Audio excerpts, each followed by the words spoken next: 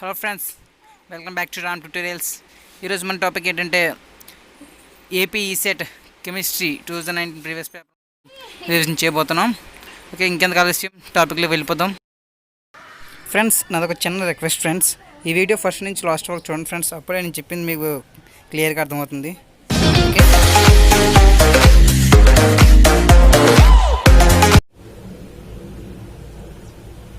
Okay friends, ECET chemistry 2019 previous పేపర్లో మనం first question చూద్దాం. ఫస్ట్ క్వశ్చన్లో మనం ఏమడిగాడంటే the splitting of spectral lines in a strong magnetic field is called.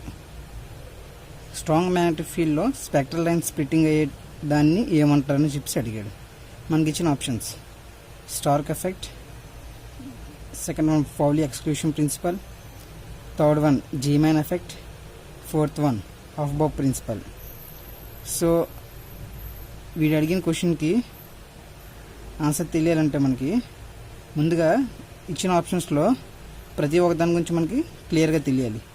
Stark effect అంటే ఏంటి, పౌలి ఎక్స్క్లూషన్ ప్రిన్సిపల్ అంటే ఏంటి, జీఎంఎన్ ఎఫెక్ట్ అంటే ఏంటి, హఫ్బాబ్ ప్రిన్సిపల్ అంటే ఏంటి, ఈ నాలుగు తెలిస్తేనే ఈ నాలుగిట్లో దీని ఆన్సర్ అయితే మనకు తెలుస్తుంది. సో ఫస్ట్ స్టార్క్ ఎఫెక్ట్ అంటే చూద్దాం.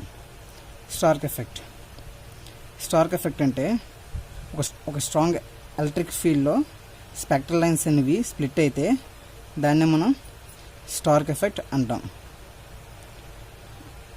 The splitting of spectral lines in a strong electric field. Friends, electric field దాన్ని స్టార్క్ ఎఫెక్ట్ అంటాం. Second one Pauli exclusion principal. పౌలి ఎక్స్క్లూషన్ ప్రిన్సిపల్ అంటే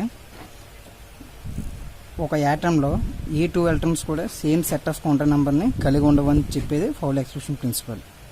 ఫర్ ఎగ్జాంపుల్ ఏదైనా ఒక యాటమ్ తీసుకోండి. ఎగ్జాంపుల్ నైట్రోజన్ తీసుకున్నాను నేను. Nitrogen atomic number 7.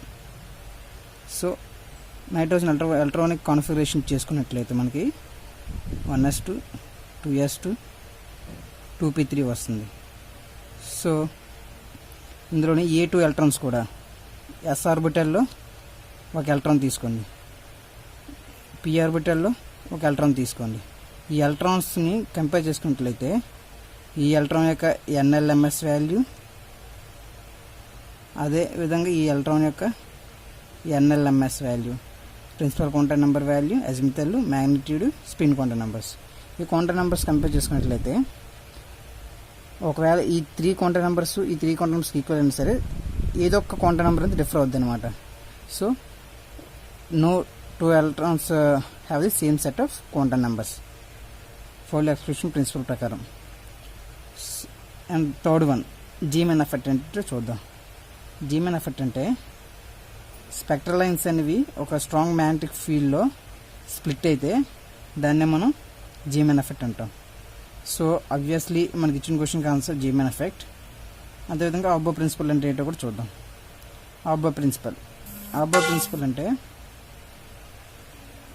హఫ్బాబ్ ప్రిన్సిపల్ ప్రకారం electron configuration అనేది లోవర్ ఎనర్జీ నుంచి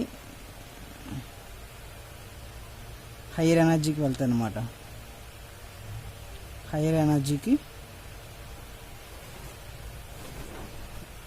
లోవర్ ఎనర్జీ నుంచి హైయర్ ఎనర్జీకి ఎలక్ట్రాన్స్ అనే ఆర్బిటల్ ఫిల్ అవుతూ వెళ్తాయి. అదే హఫ్బాబ్ ప్రిన్సిపల్ ప్రకారం. సో ఎలాగంటే n+l వాల్యూ మీద బేస్ అయ్యి మన ఆర్బిటల్స్ అనేవి ఫిల్ అవుతుంటాయి. n+ వాల్యూ మీద బేస్ అయ్యి ఎలక్ట్రాన్స్ అనేవి ఆర్బిటల్లో ఫిల్ అవుతూ ఉంటాయి. అది హఫ్బాబ్ ప్రిన్సిపల్ అంటే. సో ఇప్పుడు మన ఆన్సర్ ఏంటి, స్ట్రాంగ్ మ్యాగ్నెటిక్ ఫీల్డ్లో స్పెక్ట్రల్ లైన్స్ స్ప్లిట్ అయ్యేదాన్ని మనం ఏమంటాం, జీమెన్ ఎఫెక్ట్ అంటాం. సో మన answer is third one. Okay, Zeeman effect is the answer of first question. Second one చూద్దాం. Okay friends, second one question వచ్చేసరికి Bohr's model can explain my options. Option 1 spectrum of hydrogen atom only, spectrum of hydrogen molecule, the solar spectrum, spectrum of an atom or ion containing one electron only. Bores model చదవండి friends. Bores model యొక్క merits demerits కూడా చదివిస్తే మనకి bores మోడల్లో bores ఏటి గురించి explain చేశాడు అనేది మనకు అర్థమవుతుంది. దాని మీద బేస్ మనకి ఇచ్చాడు ఈ క్వశ్చన్. సో ఈ క్వశ్చన్లో వచ్చేసరికి the spectrum of hydrogen atom only first one. Bohr's అనేవాడు ఒక హైడ్రోజన్ యాటమ్ గురించి మాత్రమే చెప్పలేదు. అఫ్కోర్స్ స్పెక్ట్రమ్ ఆఫ్ హైడ్రోజన్ గురించి చెప్పాడు, కానీ ఇక్కడ ఇచ్చేసరికి మనకి ఏమొచ్చింది, ఓన్లీ అని వచ్చింది. ఓన్లీ అంటే కేవలం హైడ్రోజన్ యాటమ్ గురించి మాత్రమే చెప్పాడు అని చెప్పి. సో హైడ్రోజన్ యాటమ్ గురించి మాత్రమే కాదు, ఇంకా మిగతా కూడా చెప్పాడు బోర్స్ మోడల్లో. Second one, the spectrum of hydrogen molecule. So Bohr's hydrogen molecule గురించి చెప్పలేదు. సో సెకండ్ వన్, ఇది మీరు merits and demerits Bohr's model బాగా చదివితే అర్థమవుతుంది friends. Third one, the solar spectrum. Fourth one, spectrum of an atom or ion containing one electron only. So ఒక electron కలిగి ఉన్న ప్రతి ఒక్క యాటము అయాన్ గురించి బోర్స్ మోడల్లో దాని యొక్క స్పెక్ట్రమ్స్, దాని యొక్క బిహేవియర్ అన్నీ బోర్స్ మోడల్లో బోర్స్ ఎక్స్ప్లెయిన్ చేశాడు. ఓకే ఫ్రెండ్స్, మన ఆన్సర్ వచ్చేసరికి fourth one, spectrum of an atom or ion containing one electron only. Okay friends, ఇప్పుడు థర్డ్ క్వశ్చన్ చూద్దాం. థర్డ్ క్వశ్చన్ వచ్చేసరికి the maximum number of electrons that a d orbital can accommodate is. మన question ఏమడిగాడంటే d ఆర్బిటల్లో ఎన్ని electrons అనేవి ఉంటాయని చెప్పి, మ్యాక్సిమం నెంబర్ ఆఫ్ ఎలక్ట్రాన్స్ ఎన్ని డి ఆర్బిటల్లో. డి ఆర్బిటల్లో ఎన్ని ఎలక్ట్రాన్స్ ఉంటాయో తెలియాలంటే మనకు టోటల్గా 4 సబ్ సెల్స్ ఉంటాయి. ఎస్, పి, డి, ఎఫ్, ఎస్పిజి ఆఫ్ 4 సబ్ సెల్స్ మనకి. దీని యొక్క అజిముతల్ వాల్యూ వచ్చేసరికి ఎల్ వాల్యూ 0, 1, 2, 3. సో మనకి ఆర్బిటల్స్ ఫైండ్ చేయాలి మనం ముందుగా.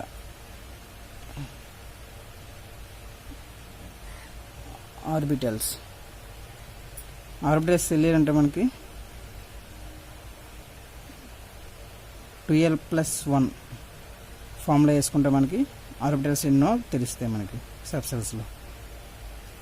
So first one 2 × l value 0 + 1 = 1. S అనే సబ్ సెల్లో 1 ఆర్బిటల్ అనేది ఉంటుంది అనమాట. పి 2 × 1 + 1 = 3 ఆర్బిటల్స్ ఉంటాయి పీలో. 2 × 2 + 1 5 ఆర్బిటల్స్. 2 × 3 + 1 7 ఆర్బిటల్స్. సో ఒక ఆర్బిటల్లో 2 ఎలక్ట్రాన్స్ అన్ని ఫిల్ అవుతాయి. సో ఎస్లో 2 ఎలక్ట్రాన్స్ మ్యాక్సిమం అకామిడేట్ అవుతాయి. పీలో ఓవరాల్గా 3 ఆర్బిటల్స్ ఉన్నాయి. 3 2 6, 3 2 డిలో మనకి 5 ఆర్బిటల్స్ ఉన్నాయి. So 5 × 2 10 electrons. ఎఫ్లో 6 + 1 7 ఆర్బిటల్స్ ఉన్నాయి. సో 7 2 14. సో మనల్ని ఏమడిగాడు, డి ఆర్బిటల్లో ఈలో ఎన్ని ఎలక్ట్రాన్స్ అనేవి అకామిడేట్ అవుతాయి మ్యాక్సిమంగా, ఇన్ని 10. Our answer is 10. Okay, our answer is 10, option 3. So 10 electrons అనేవి డీలో మ్యాక్సిమంగా అకామిడేట్ అవుతాయి. సో ఎస్లో ఎన్ని అవుతాయి, 2, పీలో 6, డీలో 10, ఎఫ్లో 14. సో ఈ విధంగా ఎలక్ట్రాన్స్ అనేవి ఏ ఆర్బిటల్ ఏమైనా ఉంటాయో మనం తెలుసుకోవచ్చు. డీకే కాదు, పీ కూడా అడగచ్చు, లేకపోతే ఎఫ్కైనా అడగచ్చు, ఎస్కైనా అడగచ్చు. ఏదైనా సరే ఇదే ప్రాసెస్. ఓకే ఫ్రెండ్స్, చాలా easy question. Magnesium atomic number is 12, which of the following is the electron configuration అని అడిగాడు. మెగ్నీషియం అటామిక్ నెంబర్ అనేది 12 ఇచ్చాడు, అంటే 12 ఎలక్ట్రాన్స్ ఉన్నట్టు అనమాట అటామిక్ నెంబర్లో, అంటే యాటంలో 12 ఉన్నట్టు. సో మనకి 4 ఆప్షన్స్ ఇచ్చాడు.